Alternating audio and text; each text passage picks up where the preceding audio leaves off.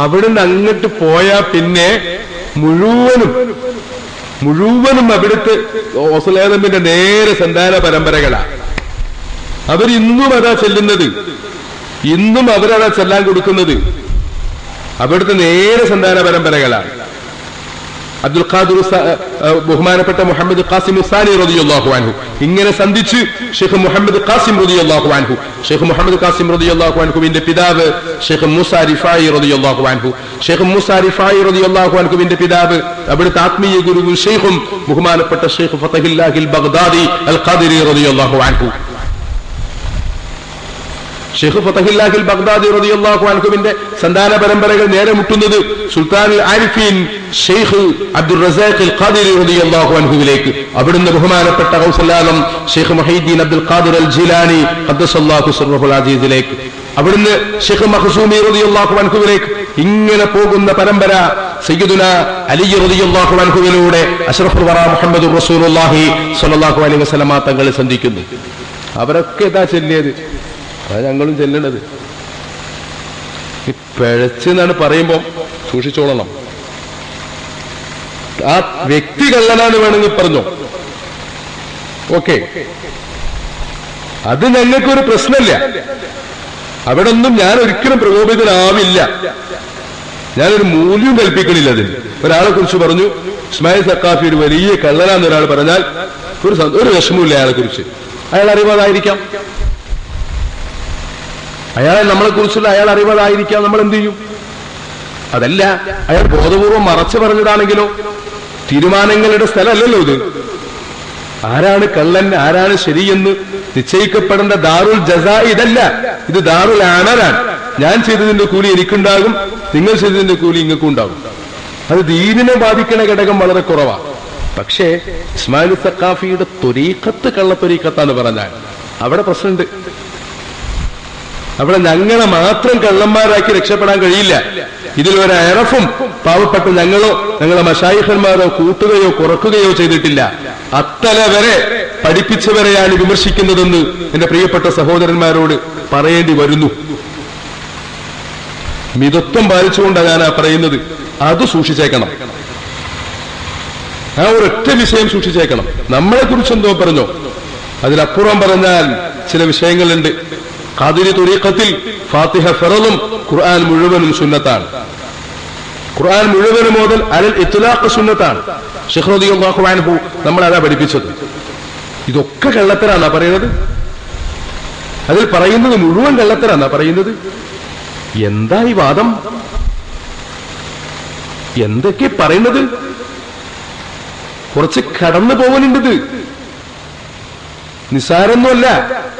അതിൽ ഒരുപാട് അപകടങ്ങൾ പതിയിരിപ്പുണ്ട്. അങ്ങനെ പറഞ്ഞേക്കരുത്. പിന്നെ ചില ആളുകൾ മശായിഖന്മാരില്ലെങ്കിൽ ഞങ്ങളെ ശൈഖിനെ വിശ്വസിച്ചിട്ടില്ലെങ്കിൽ നരകത്ത് പോകുന്നൊക്കെ പറയുന്ന കുറെ ആൾക്കാരുണ്ട്. അതായിട്ടുള്ള വിവരലേറ്റ് പറയാണ്, കഴിയില്ല എല്ലാവരെ കൊണ്ടും. ബഹുമാനപ്പെട്ട സുൽത്താനുൽ ആരിഫീൻ ഷെയ്ഖ് അഹ്മദ് അൽ കബീർ റിഫായി റളിയല്ലാഹു അൻഹുവും ബഹുമാനപ്പെട്ട ഗൗസുൽ ആലം ഷെയ്ഖ് മുഹീദ്ദീൻ അബ്ദുൽ ഖാദിർ അൽ ജിലാനി റളിയല്ലാഹു അൻഹുവും ബഹുമാനപ്പെട്ട ഷെയ്ഖുൽ മശായിഖ് ഷെയ്ഖ് ലിയാഉദ്ദീൻ അബിൻ നജീബ് സുഹ്റവർദി ഖദ്ദസല്ലാഹു സിർറഹുൽ അസീസും ബഹുമാനപ്പെട്ട സുൽത്താനുൽ ഹിന്ദ് ഖാജ മുഈനുദ്ദീൻ അൽ അജ്മീരി റളിയല്ലാഹു അൻഹും സമകാലികരാണ്. ഏകദേശം ഒരു കാലഘട്ടത്തിൽ മുആസിറത്തുള്ളവരാൻ, ഒന്നിച്ചൊരുമിച്ച് കൂടിയവരാൻ, ഒരുമിച്ച് കണ്ടവരാൻ. എന്തേ മനസ്സിലായി? ഈ 3 ത്വരീഖും 4 ത്വരീഖും പടർന്ന് പന്തലിച്ചിട്ടുണ്ട്. അതിൽ 3 ആസ്ഥാനം ഒരേ കാലത്ത് ബഗ്ദാദാണ്. ഒരേ കാലഘട്ടത്തിൽ ശൈഖ് റിഫായി റളിയല്ലാഹു അൻഹുവിന്റെ ബഹുമാനപ്പെട്ട ലിയാഉദ്ദീൻ സുഹ്റവർദി റളിയല്ലാഹു അൻഹുവിന്റെയും ഗൗസുൽ ആലം റളിയല്ലാഹു അൻഹുവിന്റെയും ത്വരീഖ് പടർന്ന് പന്തലിച്ചത് ബഗ്ദാദിലാണ്. ഒരേ കാലക്കാരാണ്, ഒരേ നൂറ്റാണ്ടുകാരാണ്, പരസ്പരം മുആസിറത്തുള്ളവരാൻ, ഒരുമിച്ച് കൂടിയവരാൻ. ബഹുമാനപ്പെട്ട സുൽത്താനുൽ ഹിന്ദ് ഖാജ റളിയല്ലാഹു അൻഹു അവിടുന്നും ഗൗസുൽ ആലം റളിയല്ലാഹു അൻഹുവിന്റെ അനുഗ്രഹം വാങ്ങി ബഗ്ദാദ് വഴിയാണ് ഇന്ത്യയിലേക്ക് വന്നത്. അവിടുത്തെ അമ്മായിയുടെ മകനാണ് ബഹുമാനപ്പെട്ട ഖാജ മുഈനുദ്ദീൻ അൽ അജ്മീരി റളിയല്ലാഹു അൻഹു. അവരൊക്കെ പേര് പറയാൻ നമുക്ക് ഭയമുണ്ട്. ആ വലിയ മനുഷ്യർ അവരൊക്കെ ഒരേ കാലഘട്ടത്തിലുള്ളവരാ. അപ്പം ഹക്ക് അന്വേഷിക്കുന്നവർക്ക് തന്നെ എല്ലാവർക്കും ഒരു ശൈഖിനെ തന്നെ കിട്ടിക്കൊള്ളുന്നില്ല. റസൂലുള്ളാഹി റളിയല്ലാഹു അൻഹുവിന്റെ കാലഘട്ടത്തിൽ അവിടുത്തെ മുരീദന്മാരുണ്ട്, ദിഫായി ശൈഖിന്റെ മുരീദന്മാരുണ്ട്, ദിയാഉദ്ദീൻ സുഹ്റവർദി തങ്ങളെ മുരീദന്മാരുണ്ട്, അജ്മീർ ഖാദ റളിയല്ലാഹു അൻഹുവിന്റെ മുരീദന്മാരുണ്ട്, അവരുടെ ഖുലഫാക്കന്മാരുടെ മുരീദന്മാരുണ്ട്. അങ്ങനെ ഉണ്ടാവും. ഇനി ഇതൊക്കെ ആവട്ടെ, ഇത്രയും വലിയ ആളുകൾ ജീവിച്ചിരുന്ന കാലത്ത് ലോക മുസ്ലിമീങ്ങളിൽ ഈ മശായിഖന്മാരുടെ ശിഷ്യത്വം കിട്ടാൻ ഭാഗ്യം സിദ്ധിച്ചവർ കുറച്ചല്ലേ ഉള്ളൂ. തട്ടിച്ചു നോക്കുമ്പോൾ, ആനുപാതികമായി തട്ടിച്ചു നോക്കുമ്പോൾ 100 കോടി മുസ്ലിമീങ്ങൾ ഉണ്ടെങ്കിൽ 1 കോടിക്ക് കിട്ടിയിട്ടുണ്ടെങ്കിൽ അതിനർത്ഥം എന്താ? ഭൂരിപക്ഷത്തിനും കിട്ടിയിട്ടില്ല എന്നാണ്. ആ ചരിത്രം ആവർത്തിക്കപ്പെടും ലോകത്തൊക്കെ. ഒരു മഹാനായ ശൈഖ് ഈ നാട്ടിൽ ജീവിക്കുന്നു നോക്കുക, എന്നാൽ ഈ നാട്ടുകാർക്ക് മുഴുവനും ആ ശൈഖിനെ സ്വീകരിക്കാൻ അള്ളാഹു തൗഫീക്ക് കൊടുക്കില്ല. അങ്ങനെ മശായിഖന്മാരാൽ തെരഞ്ഞെടുക്കപ്പെടാത്തവർക്ക് ഒരു ശൈഖുമായി സന്ധിക്കാൻ കഴിയില്ല. ഒരു ശൈഖ് തന്റെ മുരീദന്മാരെ തെരഞ്ഞെടുക്കണം. അതിനുള്ള സ്വാതന്ത്ര്യം ശൈഖിനുണ്ട്. ആവശ്യമുണ്ടെങ്കിൽ കൊടുക്കാനും ഒഴിവാക്കാനുള്ള സ്വാതന്ത്ര്യമുണ്ട്. നമ്മൾ ചരിത്രത്തിൽ അന്വേഷിക്കുക.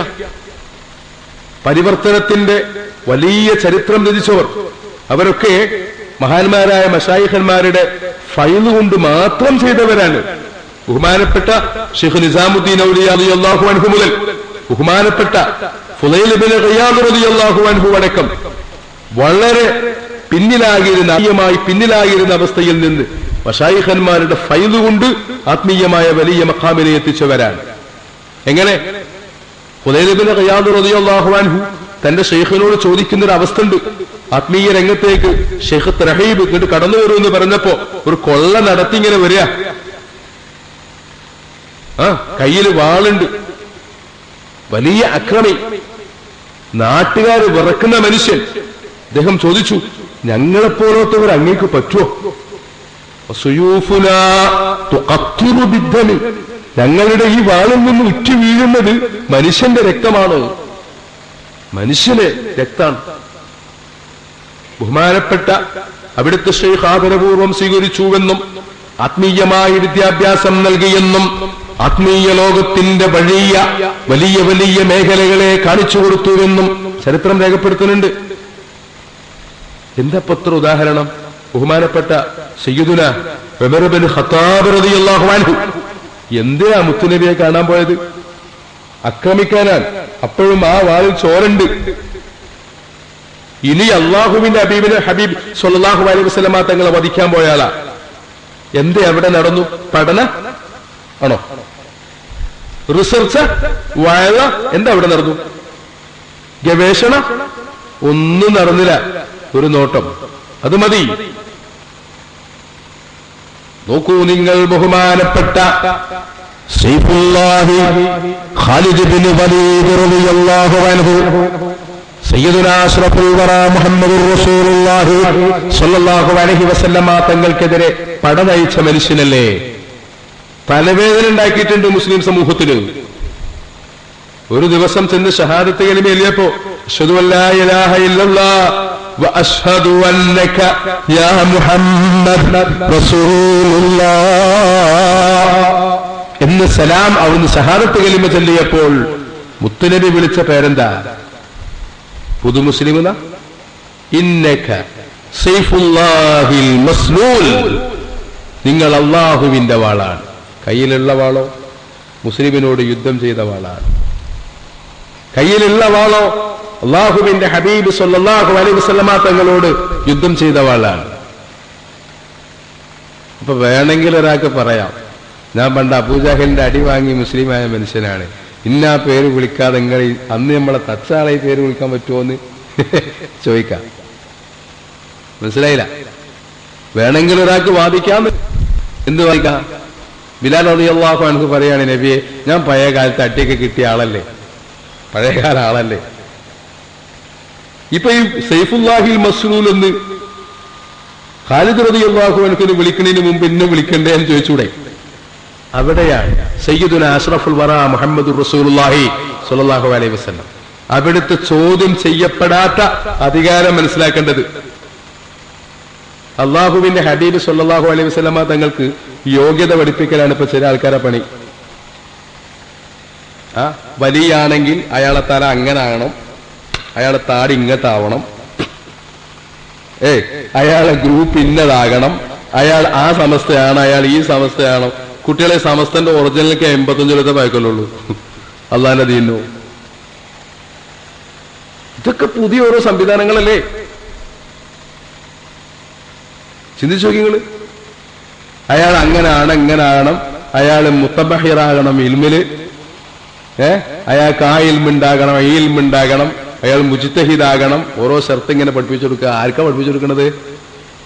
ആർക്കാ പഠിപ്പിക്കണേ? സയ്യിദുന അഷ്റഫുൽ വറാ മുഹമ്മദ് റസൂലുള്ളാഹി സ്വല്ലല്ലാഹു അലൈഹി വസല്ലം തങ്ങൾക്കാണ്. നബി തങ്ങളാണ് ഈ സൈന്യത്തിനെ തെരഞ്ഞെടുക്കുന്ന ആള്. ഇത് അടിയിൽ മേപ്പെട്ടല്ല. അങ്ങനെ ചില തുരീക്കത്തുണ്ട്, അത് കണ്ടാൽ മനസ്സിലാക്കുക ഡ്യൂപ്ലിക്കേറ്റ് ആണ് ഇത്. ഒറിജിനൽ ഡ്യൂപ്ലിക്കേറ്റിന്റെ അടയാളതാ. കുട്ടികളൊക്കെ കൂടി വാപ്പാനെ തെരഞ്ഞെടുക്കുക. ഒരു പഞ്ചായത്ത് കൂടിയിട്ട് അല്ലേ, ഞങ്ങളപ്പോ ഒരു യോഗം വിളിച്ചു. അതിൽ കൂട്ടത്തിൽ ആരാണ് കുറച്ച് സ്റ്റാറ്റസ് ഉള്ള ആള് നോക്കി അയാളെ പിടിച്ചിട്ട് കാണാൻ ചെയ്യലുണ്ട്. നിങ്ങളാണ് നമ്മളെ വാപ്പാന്ന് പറയാ. ഇത് മനസ്സിലാവണില്ല. ഇത് അവിടുന്ന് തെരഞ്ഞെടുക്കണം. ആര്? അഷ്റഫുൽ വറാ മുഹമ്മദ് റസൂലുള്ളാഹി സ്വല്ലല്ലാഹു അലൈഹി വസല്ലം തങ്ങൾ തെരഞ്ഞെടുക്കണം. മുകളിൽ നിന്ന് താഴേക്കുള്ളതാണ്.